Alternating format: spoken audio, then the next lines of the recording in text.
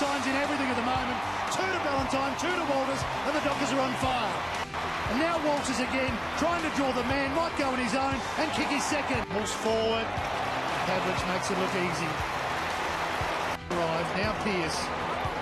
Left foot touched off the boot. Pavlich by hand. They're lining up here. Zach Clark didn't want to hand it off. He just thought, I'll kick a goal myself. Johnson, whoops, ran himself into trouble and still kicked the goal. Hello and welcome to episode 16 of the Big Footy Freo podcast. This week we'll be going back over the game against Port Adelaide, where Fremantle had a comfortable victory in the lead up to their finals campaign.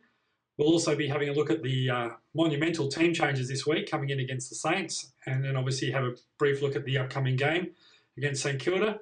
We'll also be discussing Tom Sheridan's re-signing, having a look at the AFL finals venue, and a bit of an impact on fantasy footy this week with the changes that Fremantle have made as well.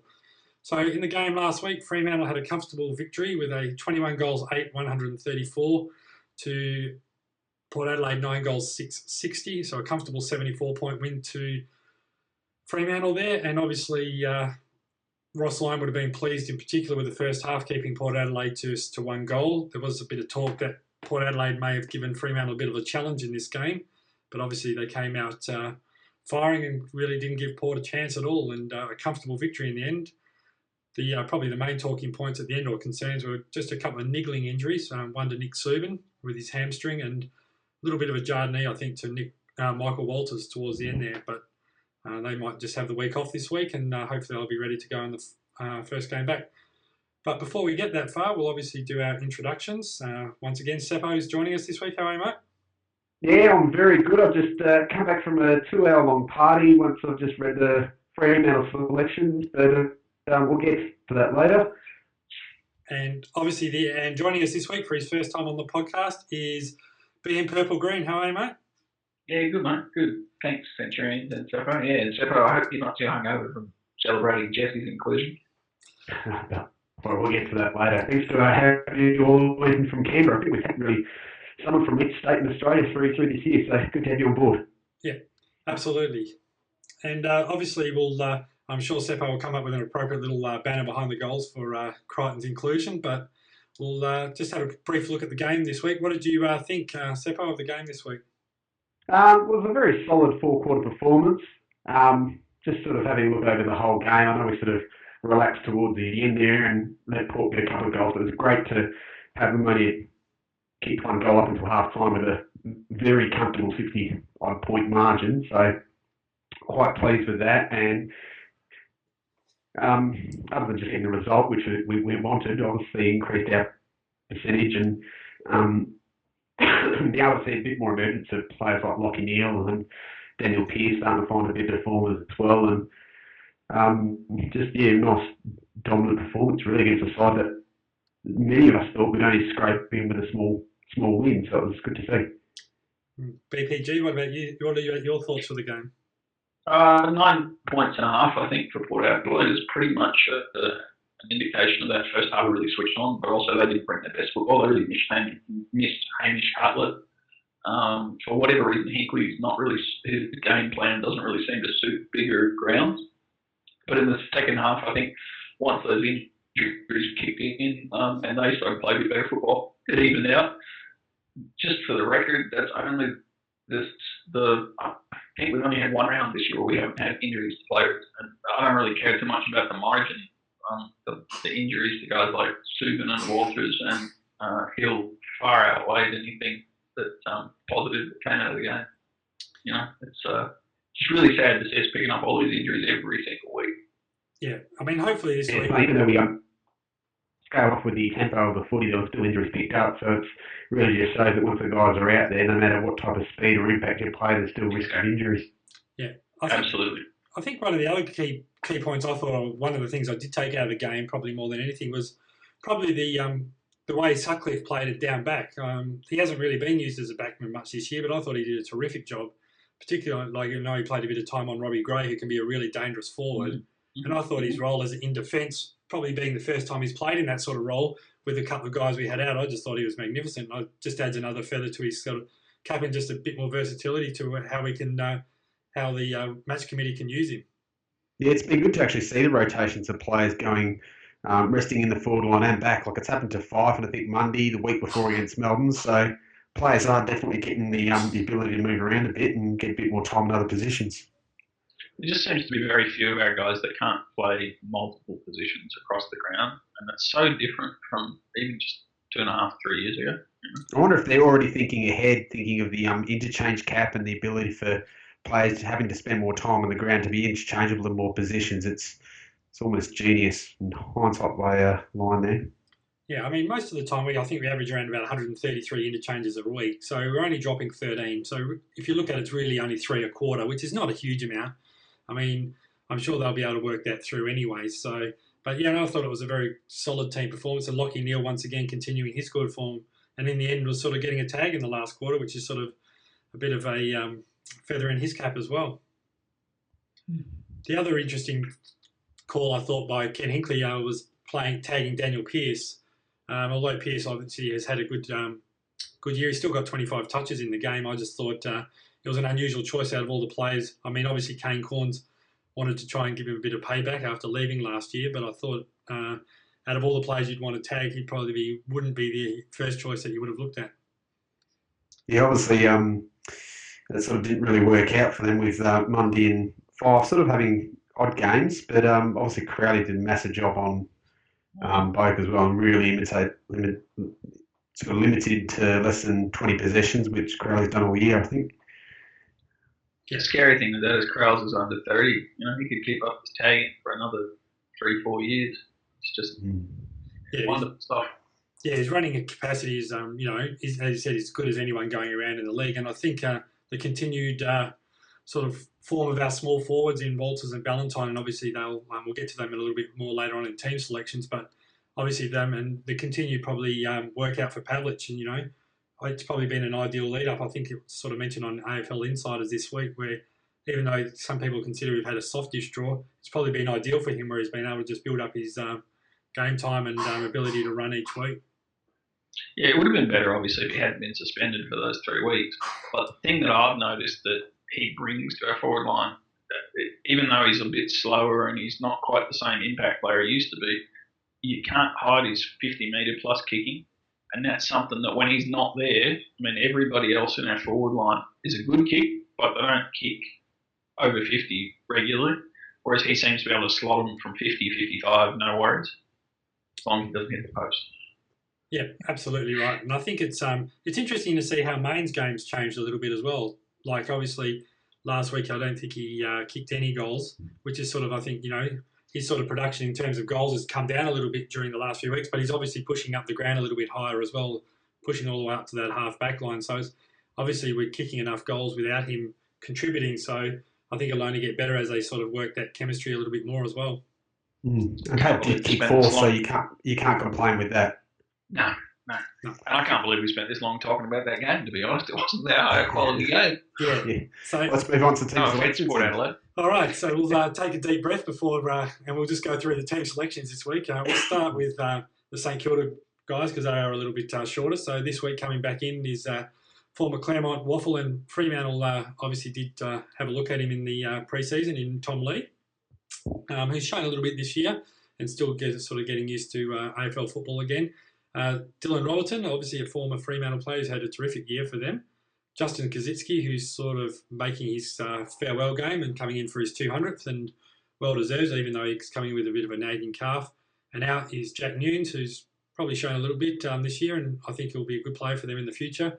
Cameron Shenton and Brodie Murdoch, who's also showed a bit in his games. And obviously Cozzy and Adam Schneider both playing their 200ths. For Fremantle, we have a huge 10 ins this week. Go on, do it without taking a breath.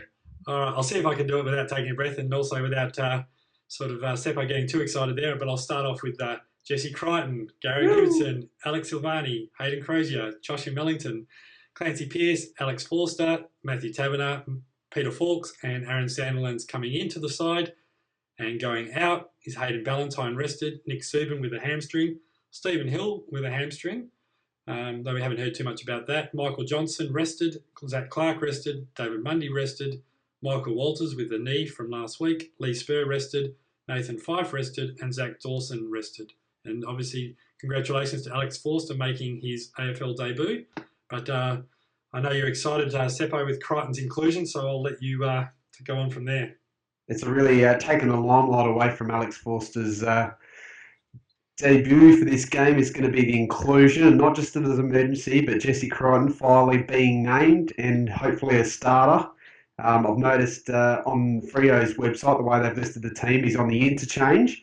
But if I flick over to the AFL matchup, which I much prefer, it's got Jesse Crichton listed first amongst all the ins, and he's actually named on the wing. So, and I've noticed even I spent probably a good 5 or 10 minutes just watching that Waffle Watch video of Crichton playing for Peel last week. With seems like he dominated, and I think he finished equal most disposals on the ground with 29 touches. And I'm just amazed at how well he's improved this year. So I'm much pleased with the chance that he's been given, because I really thought after last week he was done and dusted. But not only he gets his chance, a whole suite of other players that could be on their last leg. So great to see. Great inclusions this week. And with those 10 changes, we'll just have a quick listen to what Ross Lyon had to say today about those changes.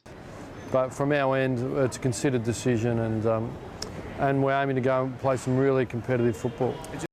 But we will be flying, then we'll be flying the next week. Last year we flew 2 weeks in a row and 2 short breaks, 6-day breaks, that we think had a cumulative effect, and so we're planning for a strong campaign. And we'll just have a look at the Sandy. Obviously, he was just discussing a little bit about Sandilands, Pearce and Ibbotson, so we'll just have a quick listen to that as well. Ross, is Aaron Sandilands likely to play a full game? Yeah, he'll definitely play a full game. Yeah, no doubt about that in the ruck, so we want to give him as many rucking minutes as we can. I suppose that's a big key point there for Sandilands playing the ruck with Clark rested. Still got Hanneth in the side, so it's going to be an interesting combination with the two lumbering ruckmen, Sandy and Hanneth, how well they go and what time on ground they both get. Yeah, I don't think it'll be probably as bad, because although they've got Hickey in the ruck, obviously for St Kilda, he's not a really quick type ruckman across the ground, although he's a solid player. I think it probably works out all right, and Jason Blake will probably pinch hit in the ruck for them. And obviously Cozzy as well, he's not the quickest either. He'll probably be spending much time on his ass falling over, so it'll be interesting. Yeah.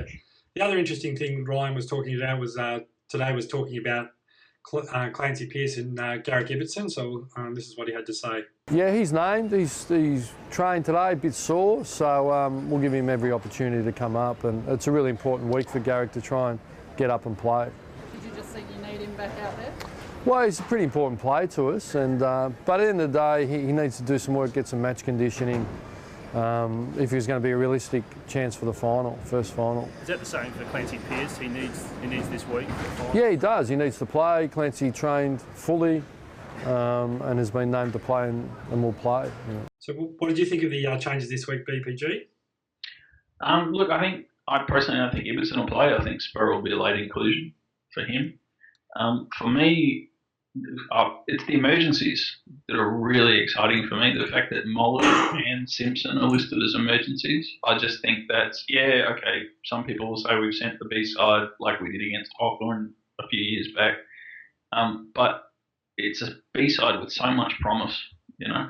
I sit there and I look at Taberner and Crozier and Mellington, and I compare them against Tom Lee, and I'll put my hand up here and say that I thought we should have drafted Tom Lee, and yet we went and we picked up guys like Taberner and Howson. Benefit of a season of watching Tom Lee struggle at AFL level, frankly, and seeing Taberner and guys like Mellington and Crozier, we've done so much better, you know, and it's just really exciting to see a side like this and actually think it's not necessarily going to get blown off the park, even though it's our B-side. It's interesting to see on league teams tonight that all 4 panellists still picked Fremantle despite the 10 players we had rested. So it was certainly an interesting thing, and I think it'll certainly play into sort of how well our system operates with these guys coming into the side. I think it'll be interesting to see how Ross Lyon uses Mellington as well. I've been sort of watched him the last couple of weeks, or obviously West Perth had the bye last week, but I watched him a couple of weeks ago and he played the majority of the game in the middle of the ground in the centre there. So it'll be interesting to see whether they decide to use Mellington up forward or whether he gets a little bit more time in the middle of the ground. I think he had about 25 touches and sort of played the majority of the time as an inside mid. So it'll be interesting to see how Fremantle utilise him in the game against St Kilda.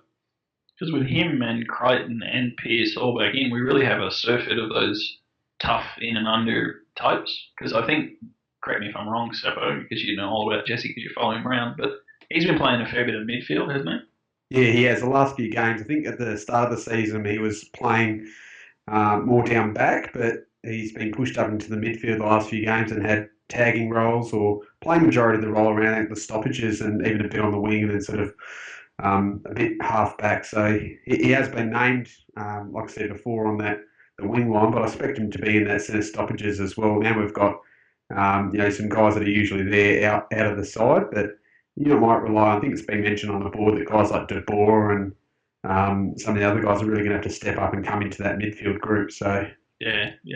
And I mean, probably the only other things I'd say would be I don't know where Forster's going to play. That's a really interesting. It's pretty obvious that Fox and Silvani are your key backmen. Do you play do you play Forster as a halfback flanker, or do you maybe play him as a half forward? I don't know. I'm not sure. I think he'll play halfback. He's played most of his games at halfback for Peel, and I think he'll be that third tall. He'll try and play that same role Johnson does in defence. Okay. Like a free man floating sort of role. I think he's so. not the tallest out there, is he? He's sort of got that slighter frame. Would be sort of like a young Duffield almost, an Ibbo size. Yeah, okay, that makes sense. Yeah, because definitely he's not an MJ. He's not tall enough or quite strong enough overhead to do that. The other thing, and I don't like to be negative, but it does send a message to me that with all those changes, we still couldn't find a place for Slothy.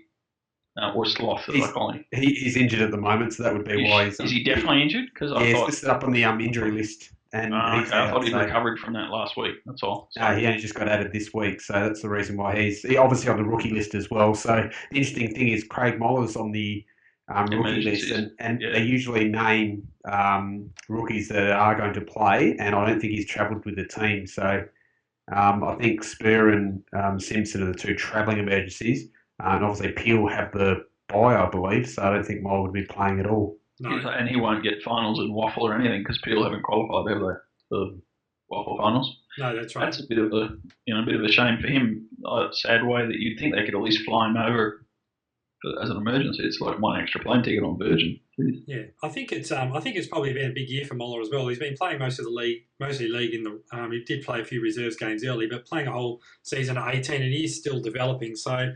And he's had quads problems, hasn't he? He's had one or two injuries here and there, so he probably.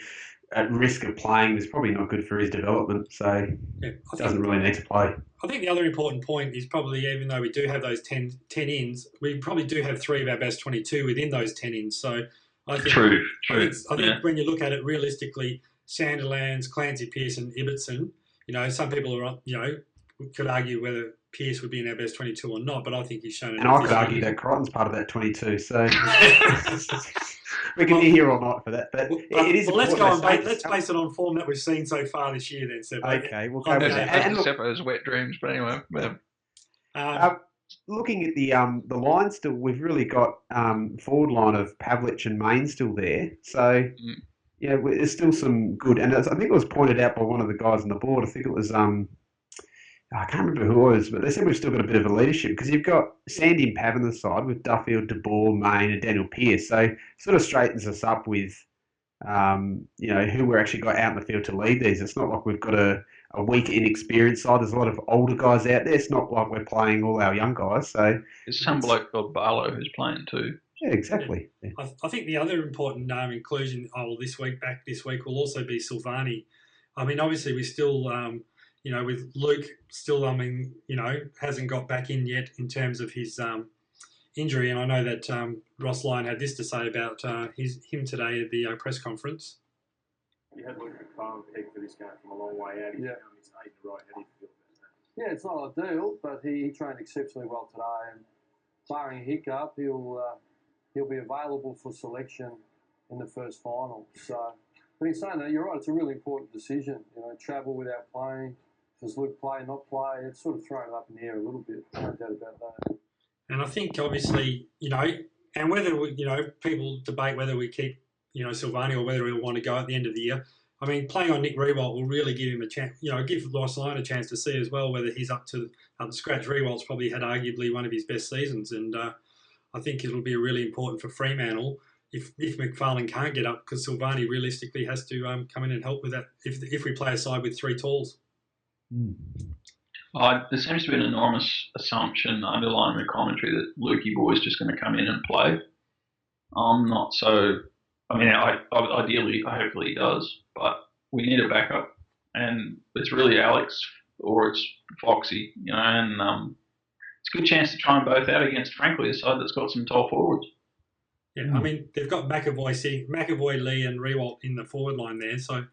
Add in Hickey and Kaczynski, I mean, that's as tall a side. Hey, look, like Seppo said, Kaczynski's probably going to be down on all fours more than he will be running to take marks, but still, it's one of the biggest forward lines we're going to face all year, We've got away with the last couple of weeks just playing Dawson and Johnson as our two tools, and now when we need it the most, we're still going with obviously Silvani and Fox.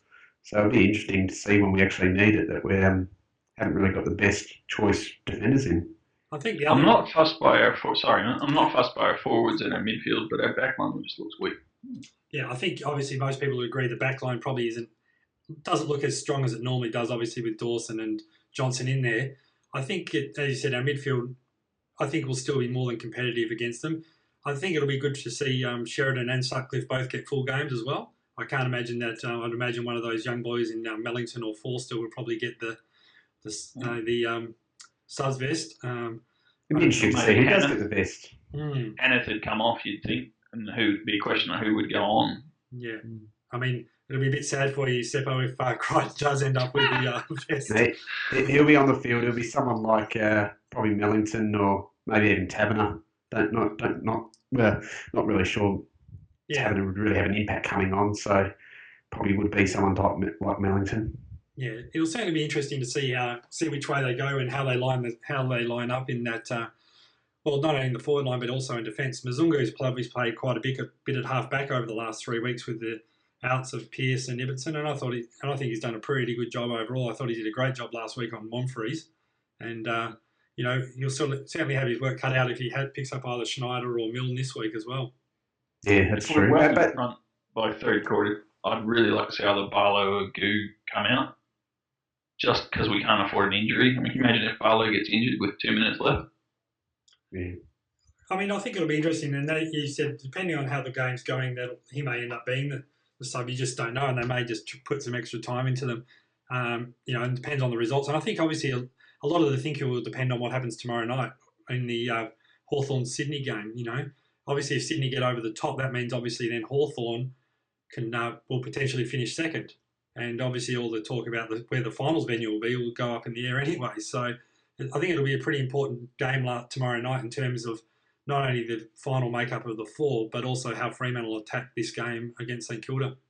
Yeah, I think we've got a side out there that no matter which way the results go before us, we've got a side capable of beating St Kilda. It'll be a lot closer than what most people think. But I sort of like how that this team, with all these changes, still looks pretty good on paper.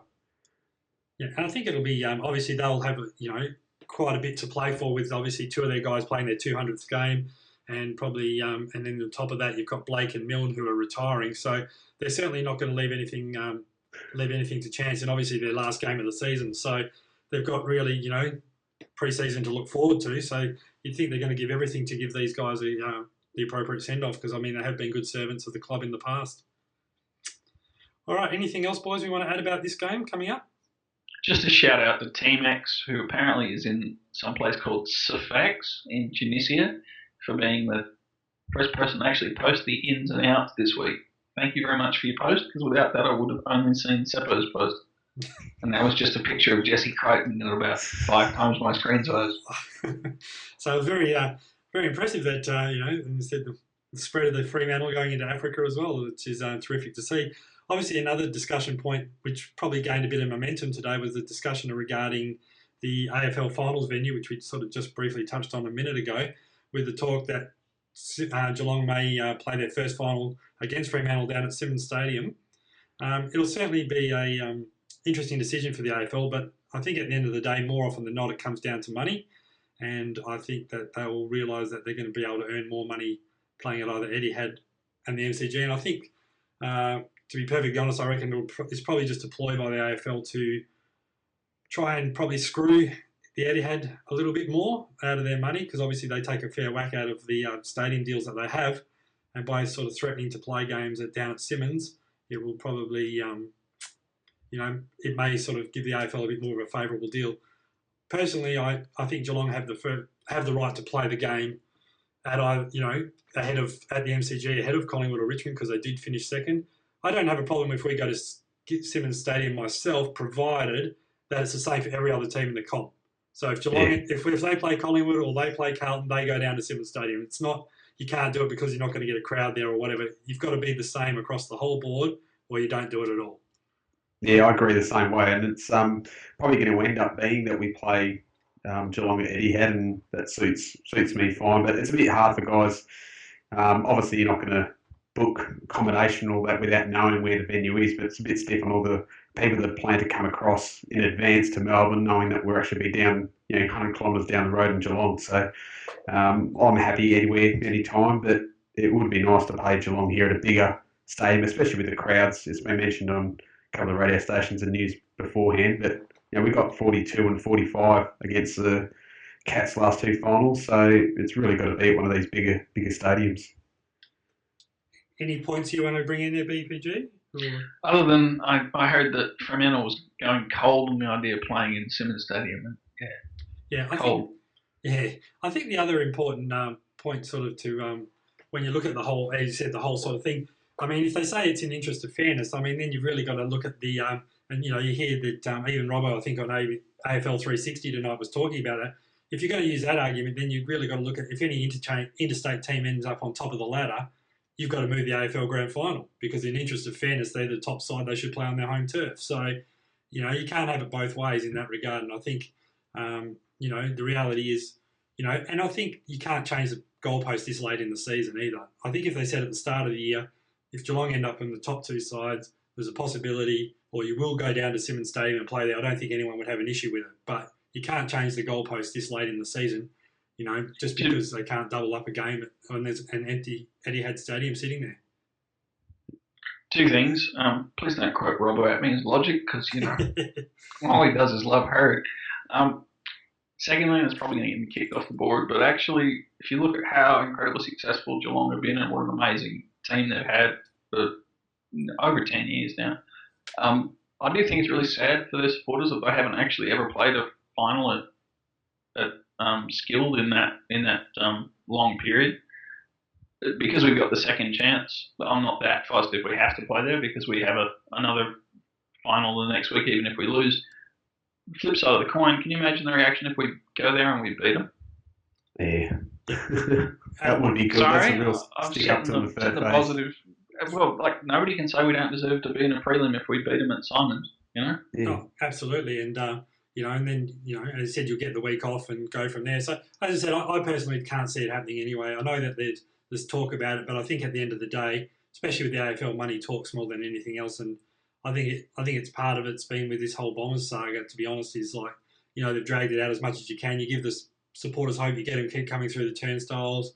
You obviously try and make sure that your TV commitments are filled, you get your coterie groups in, and just conveniently it gets done just the week before the end of the finals. So, I mean, at the end of the day, I think money rules the roost more than anything else. And let's be honest, if they miss out on 10,000 tickets at, even at $50 or $60 a pop, that's a lot of cash. And so I'd be very surprised if it gets changed, because at the end of the day, I think that's probably the more important thing for the AFL.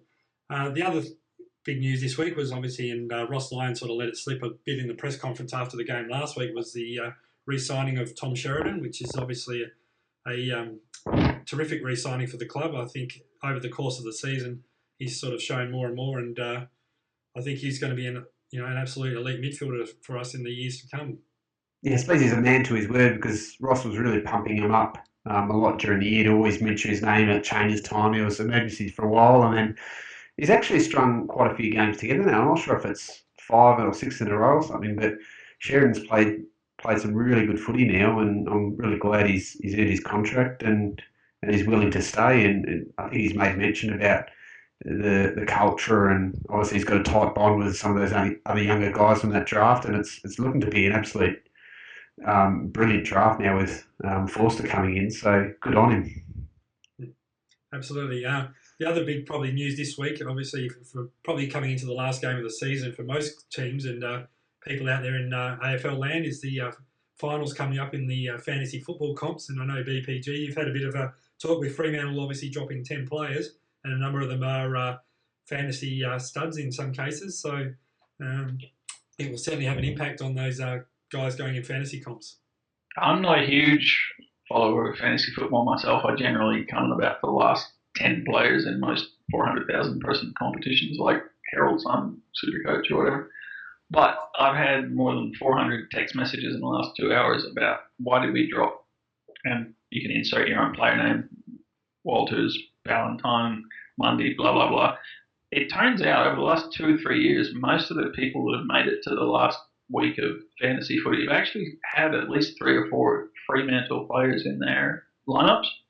I don't quite know why that is, other than to say that I guess we're probably pretty good value for money players. We don't really have a Lance Franklin or the ultimate overpriced superstar player like a Gary Ablett or whatever. We seem to just have a lot of guys that perform really consistently in that mid-range price. So anyway, I don't think anybody expected us to drop 10 players. And to be honest, the first thing I saw when I saw T-Max's post about all the outs was, geez, I hope we haven't had supplements too. Well, it's interesting. I'm just having a look through my dream team now. I'm not in any finals, but I'm only affected by Fife. He's the only one I've got, but there'd be plenty of people out there that might have had Fife and Mundy. I'm not sure how many people have had Subin or Walters or Ballantyne, but it's quite interesting to see how many have actually going to affect teams. I was going to say, come on, Seppo, you can't tell me you haven't had Crichton on the bench all year, surely. No, I'm not that silly. All right. So the other, as you said, the other interesting point was the Indigenous All-Stars team to go to Ireland was named today, with 4 Fremantle players named in that side, with Daniel Pearce, Stephen Hill, Michael Walters and Michael Johnson all getting the nod to go. It'll be interesting to see how Fremantle play that and whether the all 4 boys travel. Yeah, it'll be really interesting to see. I can't remember when it's actually played. Is it the start of next year? That's my understanding, mate. It's either late this year or early next year. Yeah, it'd be great to see if all can actually make it. Did you say, just to get all the names, it was MJ, Hilly, Pearce, and Walters in the squad of 33, which I think goes down to a squad of 20-something? So that's not the final. No, it's still going to be finalised, I think, or they take the bigger squad over there and everyone doesn't get a game. Oh, okay, yeah. It's just a great opportunity for those guys. I mean, I think one of the things, living in a rugby league-based area, they've had in the last 5 or 6 years, they've had an Indigenous rugby league game every year in the pre-season. And it really gets a lot of support. And it's a bit like State of Origin in the old days. You just wonder if it's not a good initiative. The other interesting thing will be obviously just ducking back onto that finals issue, if they do decide to go down there, because obviously the ticket allocation will be interesting. It'll be interesting to see how many Freo people would just buy a ticket just to fill up the ground and then they've had a half-empty stadium down there. I mean, the AFL wouldn't care because they get the cash, but it'd be interesting to watch a game at Simmons with a ground 3/4 empty. So it will certainly be interesting to see what happens in the next few weeks with regards to that. And I know Lyon talked about it today, saying that McLaughlin and Dimitrov have had a pretty busy week, so they probably haven't even had a look at it yet. So, but it'll certainly be interesting to see. Anything else you'd like to add, PBG, this week before we head off? Probably just a couple of things. First thing is, I wonder if people realise just how far we've come. I mean, we don't often get a chance to watch Fremantle here in Canberra. There's only been one official AFL game ever, and that was in 2001, and we lost that one by 1 point against North Melbourne because Shawnee Mack kicked out on the full 3 times in a row in the last quarter, and I won't even talk about it anymore because I'm still having flashbacks. But 4 years, 6 months, and 1 day ago, we played North Melbourne in a pre-season. It wasn't even a NAB Cup game. It was just an exhibition match. And we lost by 97 points.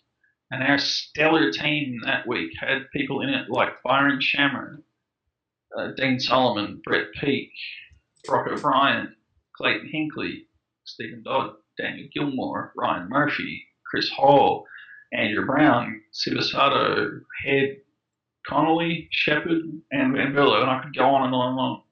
And yet, 4.5 years later, we're just taking it for granted that we're going to get top 4 finish, at least 2 finals. Most people, I think we'll play 3 finals this year, even if we don't make the grand final, we have a reasonable chance of making a prelim.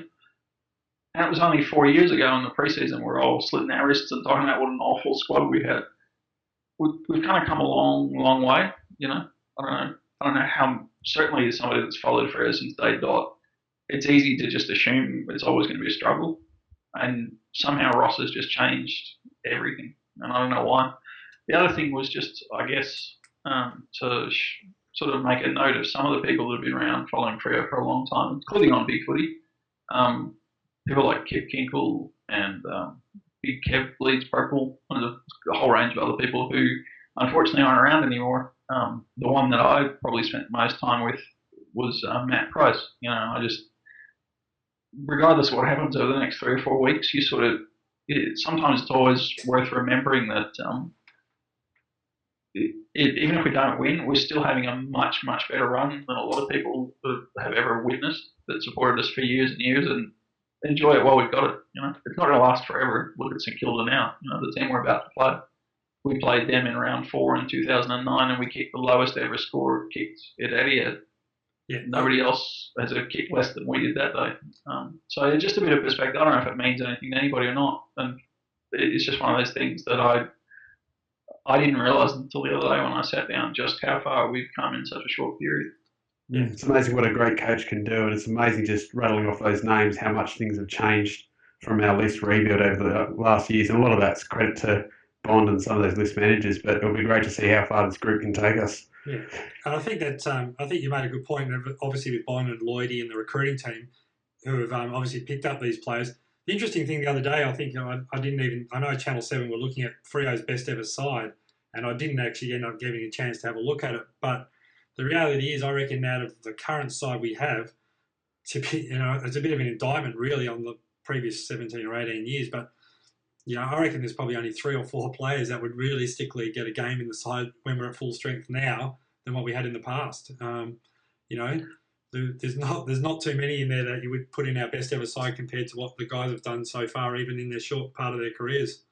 Yeah. Except I wonder how much guys like Stephen Dodd and some of the others that I listed, how different could their careers have been if they actually, Brett Peake's another one, if they were playing for a guy like Ross instead of some of the suboptimal coaches we've had, you know? Well, I know Brett, and whatever happens, we just need to enjoy it. I mean, I know it's real easy. If we lose 2 in a row and we're out, everything's going to slit wrists and all that sort of stuff. And, Matt Price only ever saw us play 1 final. Yeah, I think you're right though. But like guys like Brett Peake actually did play under Ross Lyon, so you did get a bit of an idea about how he went there. So because he did end up going to the Saints. So oops, I've been building up for 3 weeks to that finish, and I just undid it. But that's all right. Sorry, I meant Shammer. Yeah. You make some great points there, and it's probably good to look at that and appreciate while we've got it. So. Yeah. Thanks for that. All right. Anything you want to add, Seppo, this week? Anything happening before the Saints game? Just keep an eye out behind the goals. I think I'll be working on the next day to create a massive Crichton Fan Club banner to be holding up behind the goals. But other than that, there'll be post-game drinks, win, lose or draw at the Nixon Hotel adjacent to Etihad, just on Burke Street End. So obviously I'll have my prior game commitments, but be happy to meet up with any of the Big Footy lights on here, so send me a PM or just head down after the game, and I'll be down the pub and enjoy the game if you're coming across, or for any of the local Melbourne people, come down to the cheer squad. Should be a good crowd at Etihad on a nice Sunday. Roof should be open. It's going to be a cracking game. When Jesse Creighton gets subbed out, watch for the first ever walkout from the cheer squad. During a game, and you won't see it ever. I think it'll be interesting to see as well how, obviously, I don't know, the Saints have talked about it a little bit, but obviously Ross Lyon is coming back for his second game, and obviously it was a bit hostile last year. Hopefully, obviously, they'll, considering it is the farewell and retirement, that they give those guys the send-off they deserve rather than sort of concentrating on Ross Lyon. I think they've got over, you would think they would have got over it by now, but it'll be interesting to see what sort of response he gets there when he does get back for the game. Yeah, and I'll certainly be cheering Cozzy and Neil and Blake and everyone else there off. I think it's really good and will show them a bit of respect there, and hopefully they do for Ross and all the rest of it. So what's your tips, guys? I'm going Freo by 40. I'm that confident. BPG, what do you think, mate? St Kilda by 8. Oh, yeah. I mean, it is always a bit of a dangerous thing flirting with form, because we have been in really good form. So, some people say, do you want to flirt or, do you want to risk it? But I think they have to do the right thing. And I still think Fremantle will win, but I do think it's going to be a pretty tough game. And, I think it'll be a lot closer than people think. And I reckon there'll be probably 2 or 3 goals in it. And I just think, those younger, that forward line with Pavlich and Main and those guys in there will probably just have enough class, I think, to get over the top, particularly because the Saints' backs are a bit weakened and they struggle against those key defenders. And I think Pavlich could have a big day on Saturday. I know it's an early start for us as well, so it's a bit unusual watching a game at 11:15 on a Saturday morning. If you haven't already joined, please download it on the iTunes. And thanks again for joining us again this week, Seppo. Yep, no worries. And we'll have a couple more. We'll run the podcast right through to the end of the final series, even if we're not in it. And hopefully we'll have something special for you next week for a podcast episode. And we might just run, obviously, a bit more into the future with trading and a bit more list management to talk about. So feel free to jump on for any of these last few episodes. And it's been great. Thank you for everyone participating through the year. And thank you, BPG, for coming on tonight. Thanks for listening, guys. I hope I didn't bore you too much. Enjoy the game, Seppo and Jesse.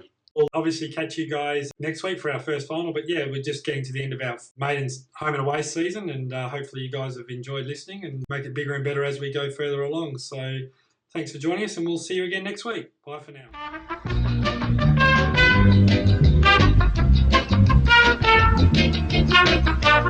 now.